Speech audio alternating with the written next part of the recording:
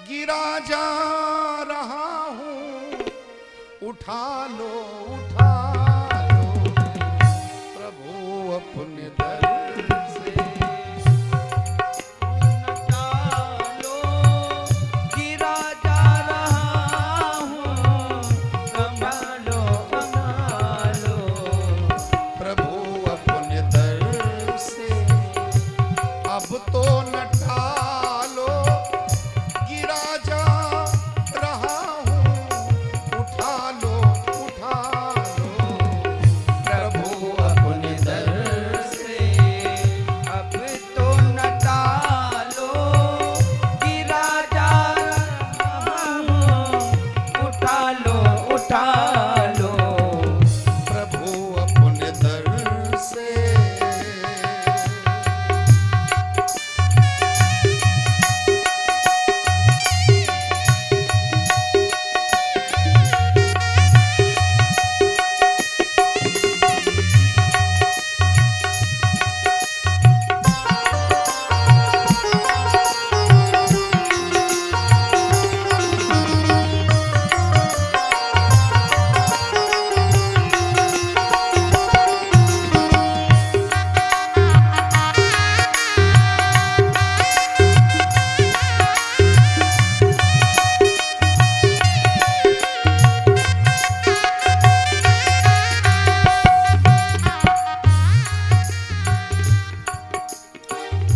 खाली न जाता कोई दर से तुम्हारे, द्वार खड़ा हूं बाहें पसारे।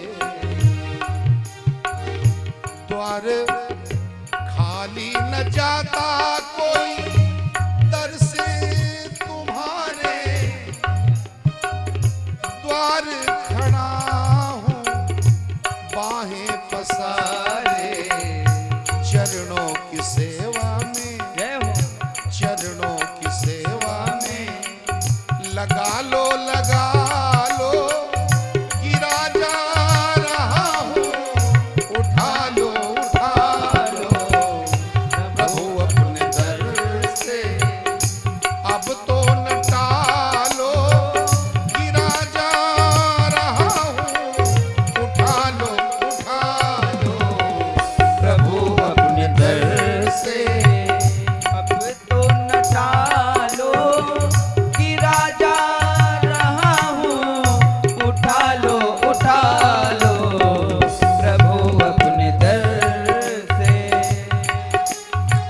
और गोविंद, हे भोलेनाथ, हे प्रभु, ये बंधन जो है, मोह माया की जो हथकड़ियां लगी हैं, इनमें बंधा हूं, नहीं टूट पाएगा ये दुनिया का बंधन। नहीं टूट पाएगा ये दुनिया का बंधन, जब तक कृपा ना होगी तेरी गिरजा नंदन।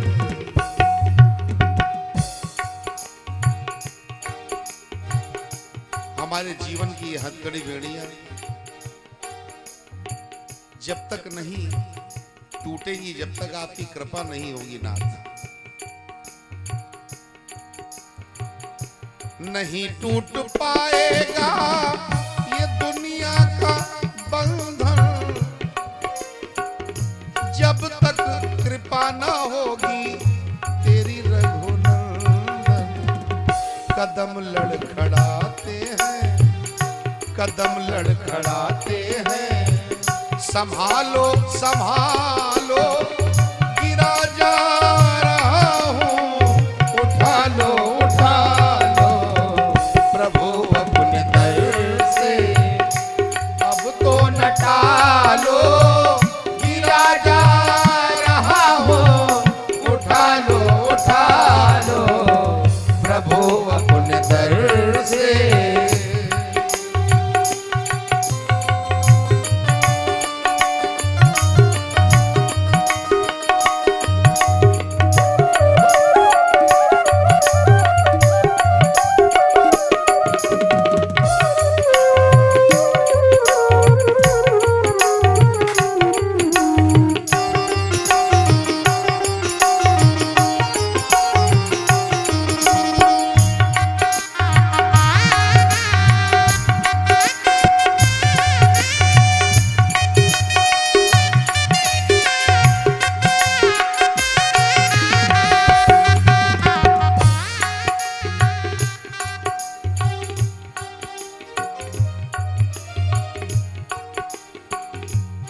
था हटाना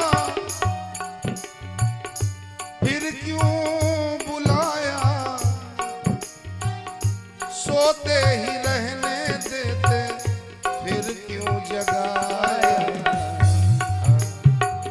अगर था हटाना फिर क्यों बुलाया, सोते ही रहने देते फिर क्यों जगाया। अब जब जगाया तो, अब जब जगाया तो अपना बना लो, गिरा जा रहा हूँ उठा लो। प्रभु अपने दर से अब तो न टालो, गिरा जा रहा हूँ उठा लो, उठा लो।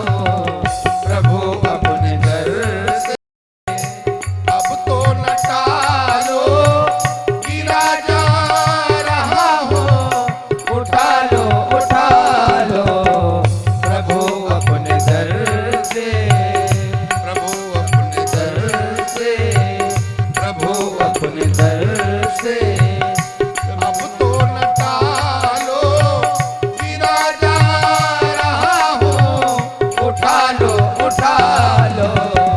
प्रभु अपने दर से अब तो न टालो, गिरा जा रहा हूँ उठा लो, उठा लो। प्रभु अपने दर से अब तो न टालो, गिरा जा रहा हूँ उठा लो, उठा लो। प्रभु अपने दर से, प्रभु अपने दर से, प्रभु अपने दर से, प्रभु अपने दर से।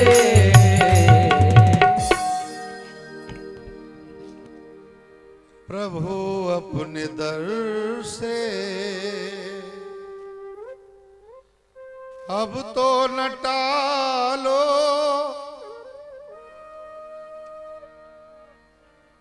गिरा जा रहा हूँ उठा लो, उठा लो।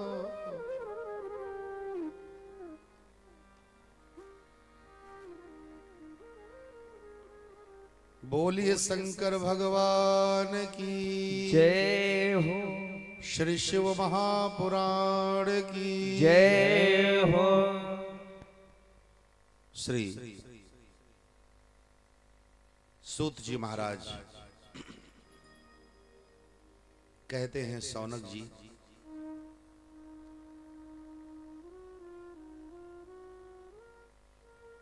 ब्रह्मा जी ने जब नारद जी को शिव विवाह की परम पावनी कथा श्रवण कराई तो नारद जी अति आनंद में खो गए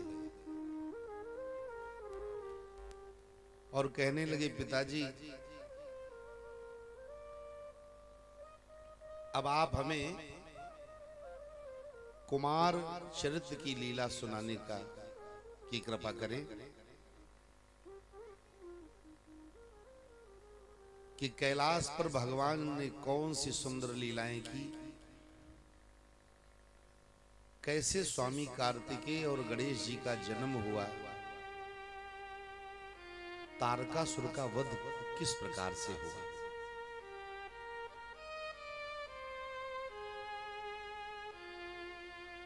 ब्रह्मा जी ने कहा,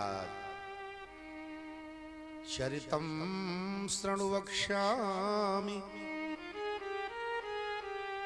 शशिमौलेस्तु नारद गुह जन्म कथां दिव्याम् तारकासुर सद्यधम।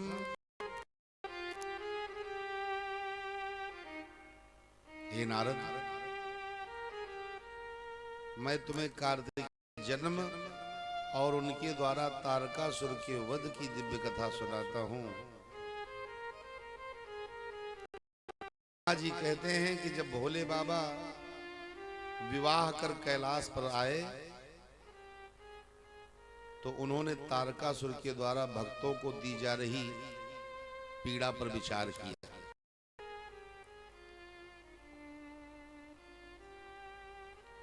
और माता पार्वती देवताओं के वर्षों के अनुसार 1000 वर्ष तक विहार करते रहे।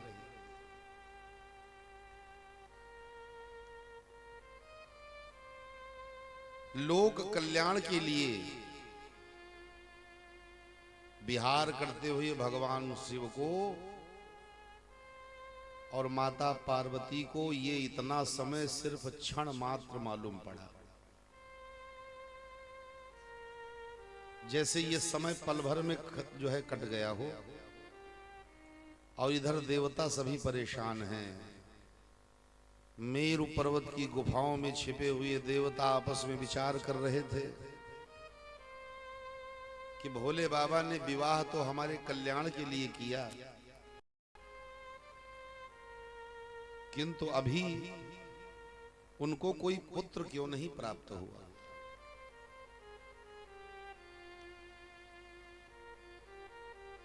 श्री सूत जी महाराज कहते हैं, सारे देवता एकत्रित होकर के कहने लगे, चलो ऐसा तो नहीं कि भोले बाबा ने हमारी इस समस्या को भुला दिया हो, अपने घर गृहस्थी में पड़ गए हो, न उनको याद रहा हो कि हम लोगों के ऊपर क्या समस्या है। तो ऐसा करिए, सब लोग चलिए कैलाश पर्वत पर और चलकर के भोले बाबा को याद दिलवाइए कि आखिर ऐसा क्यों हो रहा है कि हम लोगों की समस्या नहीं जा रही है। आपने तो लोक कल्याण के लिए विवाह किया है।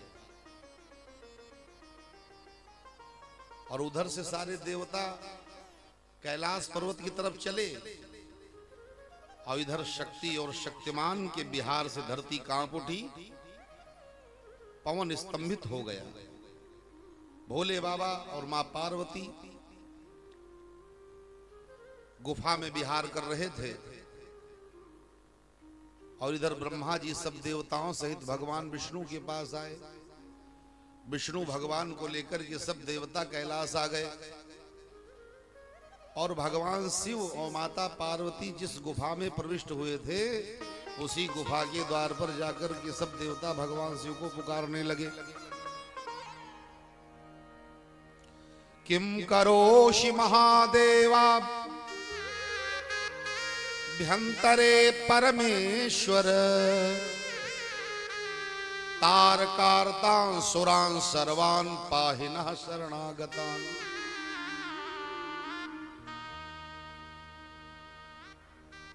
शिव शरणम मम, शिव शरणम मम, शिव शरणम मम, ऐसा कहकर के सारे देवता पुकारने लगे, भोले बाबा हम तुम्हारी शरण में हैं, भोले बाबा हम तुम्हारी शरण में हैं, मेरे ऊपर दया करो, दया करो, दया करो।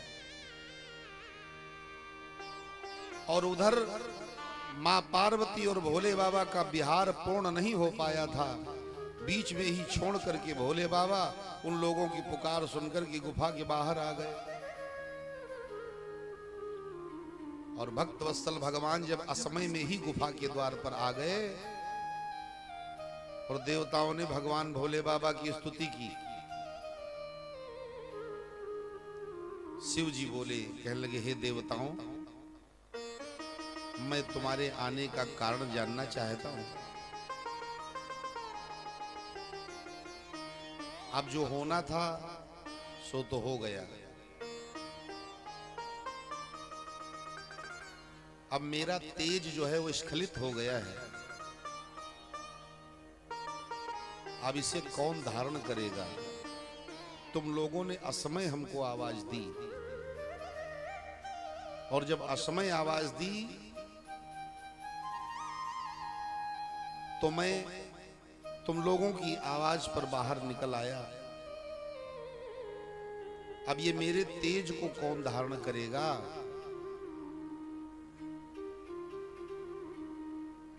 तब अग्निदेव ने कपोत का भेष बनाया और कपोत का वेश बना करके अपने चोंच से शिव के उस तेज को ग्रहण कर लिया। और जैसे ही अग्नि ने उस शिव के तेज को, वीर्य को जो है ग्रहण किया, तो इतने में माता पार्वती बाहर आ गई और वहां का सारा वृत्तांत जान करके माता जी ने देवताओं को श्राप दे दिया। हे देवताओं, तुमने असमय में स्तुति करके मेरा विहार भंग कर दिया है, इसीलिए जाओ, मैं बंध्या हो गई, मैं पुत्र से वंचित हो गई। अब हे देवताओं, मैं तुम्हें भी श्राप देती हूं, तुम्हें भी कभी संतति का सुख प्राप्त नहीं होगा, तुम्हारी भी स्त्रियां बंध्या हो जाएंगी। अग्निदेव से कहा, ए अग्नि, जाओ, मैं तुम्हें श्राप देती हूं, तुम सर्वभक्षी हो जाओ। सर्वभक्षी भव सोचे, तुम सर्वभक्षी हो जाओ। और ऐसा श्राप देकर के माता पार्वती अपने आवास में चली गई और अग्नि देवता के तेज ग्रहण करने से, अब भाई ऐसा तो कोई नहीं संसार में जिसके अंदर अग्नि न हो। सबके पेट में जठराग्नि वास करती है। तो जब अग्नि देव ने उस भोले बाबा के तेज को ग्रहण किया तो जितने भी देवता थे सभी गर्भयुक्त हो गए। अब सारे देवता गर्भयुक्त हो गए क्योंकि अग्नि ही सबका मुख है। अब देवता घबराए, सारे देवता कैलाश पर्वत पर फिर आए और भगवान भोले बाबा के कहने से देवताओं ने कहा, प्रभु अब क्या करें? तो भोले बाबा ने कहा, इस तेज का वमन करो, उल्टी करो। तो देवताओं ने उस तेज को वमन किया और जब वमन किया तब देवताओं की जलन शांत हुई, किंतु अग्निदेव की जलन शांत नहीं हो रही है। तो भोले बाबा से कहने लगे, प्रभु हमारी जो जलन है वो क्यों नहीं शांत हो रही है? तो भोले बाबा ने कहा कि किसी सुलक्षणा स्त्री में इस तेज को स्थापित करो। जो सुलक्षणा स्त्री हो, पतिव्रता स्त्री हो, उसके शरीर में, इस गर्भ में इस तेज को स्थापित करो, तब तुम्हारी जलन जाएगी। अब अग्निदेव सोचने लगे कि मैं किस स्त्री के जो है शरीर में इस तेज को स्थापित करूं। अग्निदेव पूरी पृथ्वी पर मारे मारे घूमने लगे, भागे भागे घूम रहे, कहीं जलन नहीं शांत हो रही है। अचानक माह का महीना और उस माघ मास में सप्तऋषियों की पत्नियां गंगा स्नान करने के लिए आई।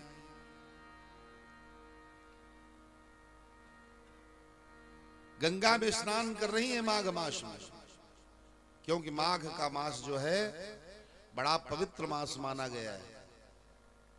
माघ मास में गंगा के किनारे एक महीने रह करके जो गंगा स्नान करता है, भोले बाबा कहते हैं वो मुझे बहुत परम प्रिय है, अतिशय प्रिय है। क्योंकि गंगा तो पातक हारिणी है।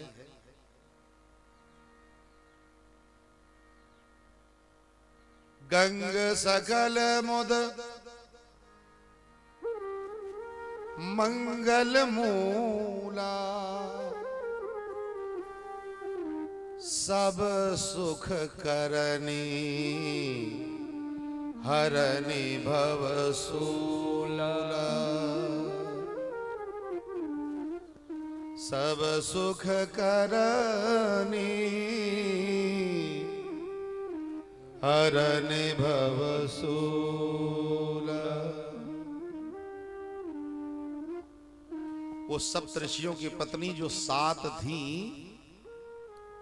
वो सातों गंगा स्नान करके जब ठंड से कांपने लगी तो क्या देखा, एक जगह अग्नि जल रही है।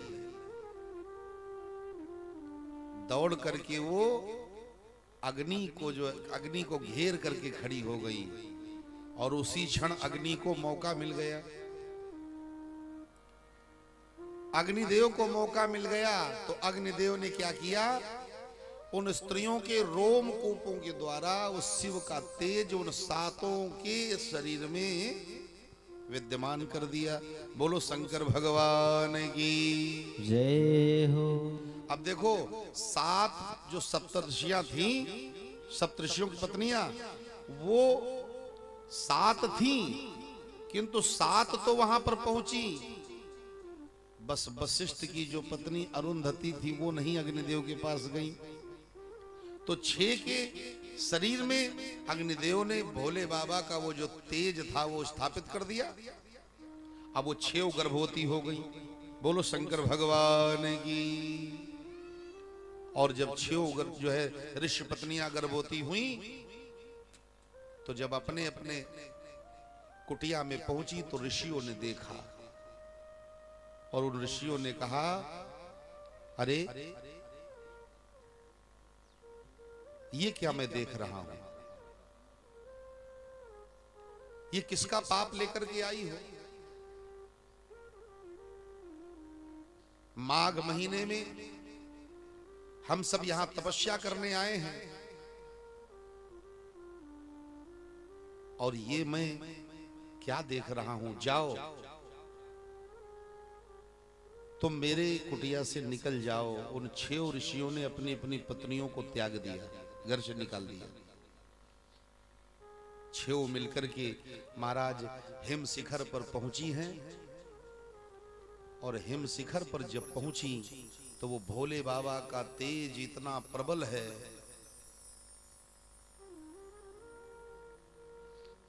कि वो हिम शिखर भी कांपने लगा। उन 6 ने क्या किया, उस तेज को उसी हिम शिखर पर गिरा दिया। और हिम शिखर पर 6 ने जब उस तेज को गिराया तो वो तेज गिर करके जैसे ही हिम शिखर कांपने लगा तो हिम शिखर उसे बर्दाश्त नहीं कर पाया,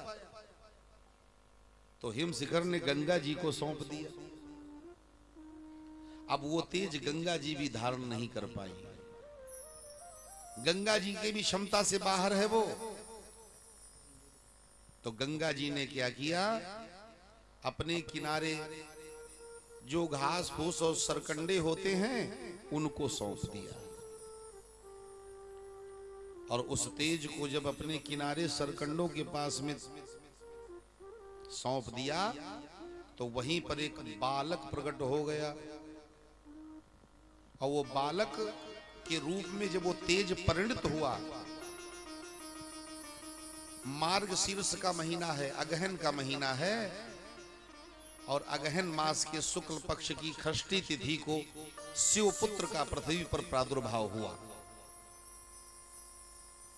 श्री सूत जी महाराज कहते हैं,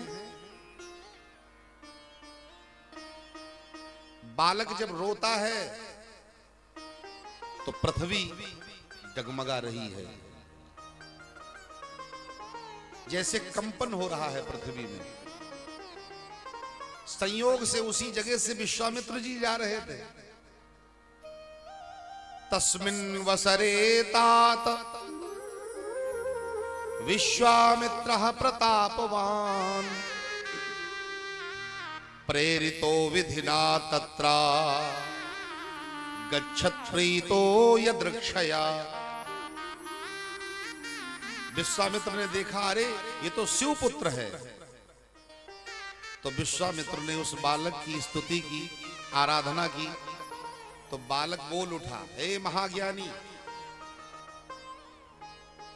हे महाज्ञानी, आप शिवइच्छा से यहां आए हैं, तो आज से आप मेरे पुरोहित हैं, अतः आप ही मेरा जात कर्म कीजिए।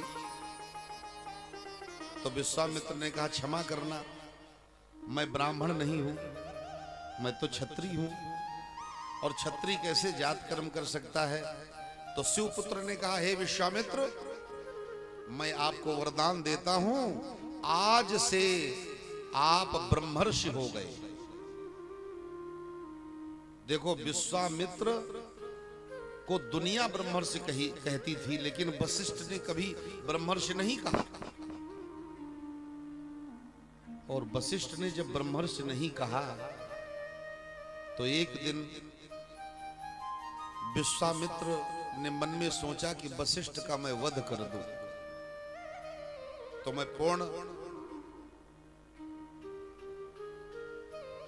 ज्ञानी बन जाऊंगा, ब्रह्मर्षि बन जाऊंगा।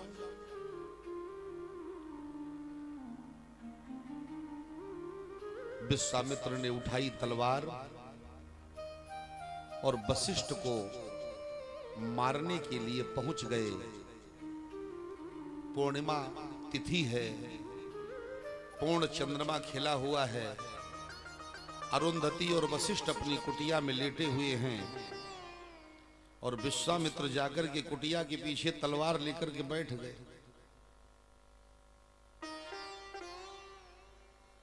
तो अरुंधति ने कहा अपने पति वशिष्ठ से, कहा स्वामी, आप विश्वामित्र को ब्रह्मर्षि क्यों नहीं कह देते? उनमें क्षमता तो है। अरे वो विश्वामित्र ऐसे हैं जिन्होंने विधाता के भी सृष्टि को पीछे कर दिया और अपनी सृष्टि की रचना कर दी।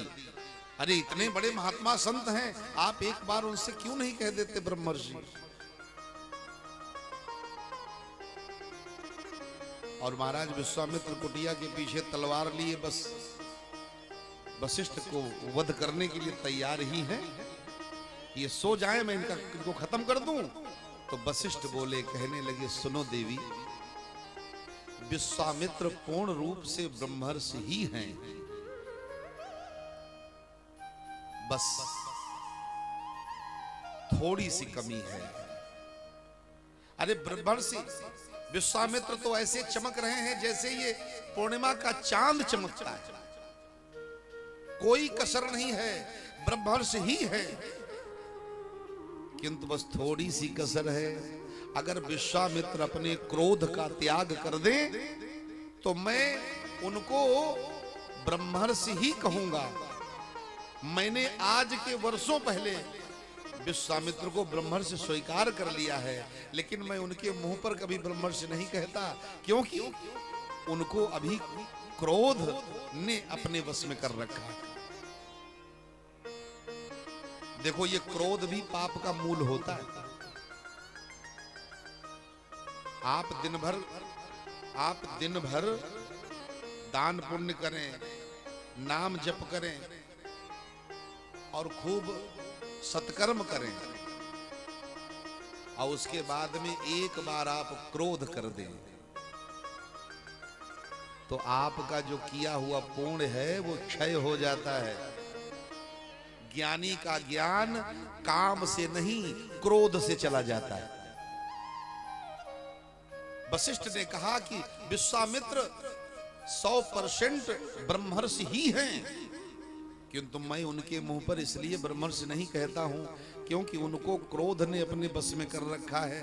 उनका क्रोध बड़ा ही घातक है और इसी कारण से मैं उनके मुंह पर ब्रह्मर्षि नहीं कहता हूं।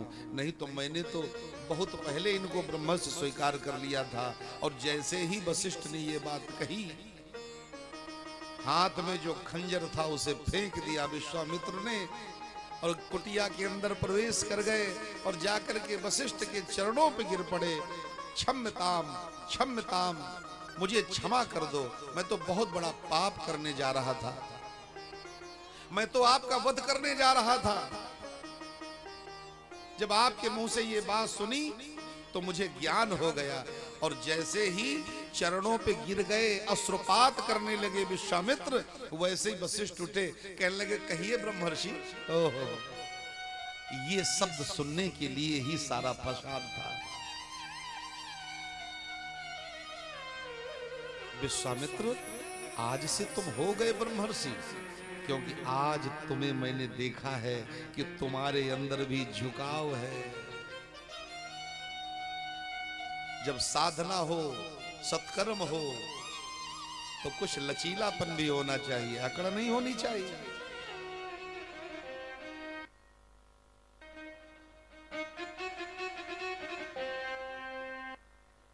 एक राजा दान करते थे तो नजर झुका करके देते थे दान।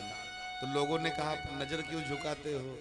कहे कि नजर इसलिए झुका करके दान करता हूं कि लोगों को भ्रम है कि मैं दे रहा हूं, देने वाला कोई और है और लोग हमें समझते हैं, इसलिए हम नजर झुका के देते हैं कि दे कोई और रहा है, भैया हमें मत समझ लेना।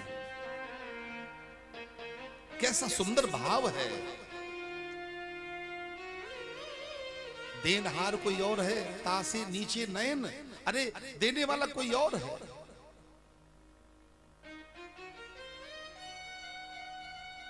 ब्रह्मर्षि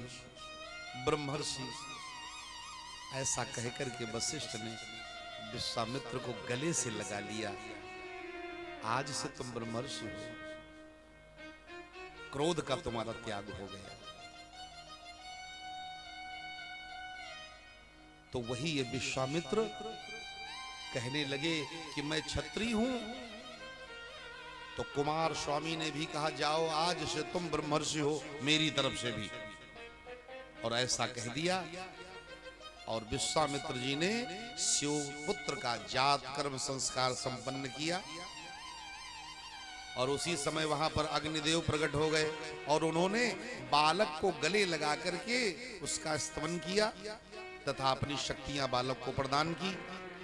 और शक्ति पाकर के कार्तिकेय जी क्रौंच पर्वत पर चढ़ गए और उस शक्ति से प्रहार कर शिखर को नीचे गिरा दिया। देवताओं को विश्वास हो गया कि अब तारकासुर जरूर मारा जाएगा। 10 पद्म पिता वीरा राक्षसा पूर्वमागता। उस तारकासुर की सेना, कहते हैं 10 पद्म वीर राक्षस वहां आए, किंतु कुमार स्वामी ने सबको मार करके धराशायी कर दिया। उस समय पृथ्वी कांपने लगी। देवराज इंद्र आए, वज्र का प्रहार किया, फिर भी शिवपुत्र का कुछ नहीं बिगाड़ पाए। तो वो इंद्र स्वामी कार्तिकेय के चरणों में आ गए और कार्तिकेय जी उसी पर्वत पर स्थित हो गए। उसी समय कार्तिकेय जी को भूख लगी तो स्वामी कार्तिकेय जी को दूध पिलाने के लिए वही 6 कृत्तिकाएं आईं जिन्होंने कार्तिकेय को गर्भ धारण किया था। और वही 6 ऋषि पत्नियां आकर के कार्तिकेय को दूध पिलाने के लिए उद्यत हुई। तो अब वो आपस में बहस करने लगी। कोई कहती है कि मैं इसे दूध पिलाऊंगी, कोई कहती नहीं नहीं नहीं मैंने भी तो इसे गर्भ में धारण किया था, मैं दूध पिलाऊंगी। कोई कहती नहीं मैं दूध पिलाऊंगी। अब 6 आपस में झगड़ा करने लगी। तो कार्तिकेय विचार करते हैं कि हमें इतनी जोर भूख लगी है मैया और आप सब झगड़ा कर रही हो, तो चलो अब हम 6 का स्तनपान करेंगे। और कार्तिकेय जी ने अपने 6 मुख बनाए, 6 सर प्रकट हो गए और कार्तिकेय जी ने 6 का जो है दुग्ध पान किया है। 6 कृतिकाओं ने जो है कार्तिकेय जी को दूध पान कराया। तत्पश्चात कार्तिकेय जी उन कृतिकाओं को माता रूप से पुकारा। इधर कैलाश पर माता पार्वती ने भगवान शंकर से कहा, प्रभु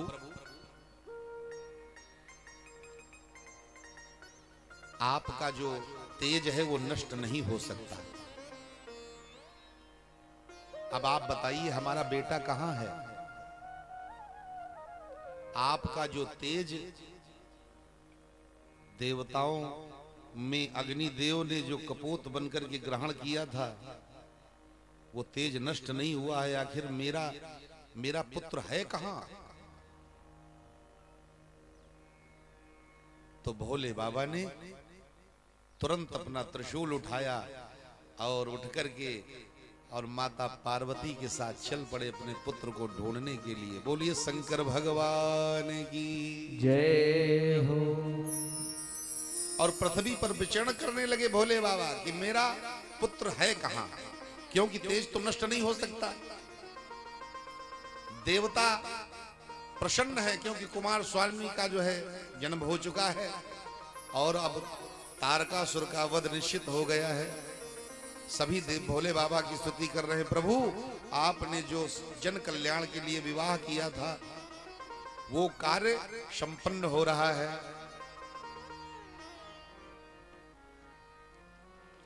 तुम आना भोले बाबा मेरे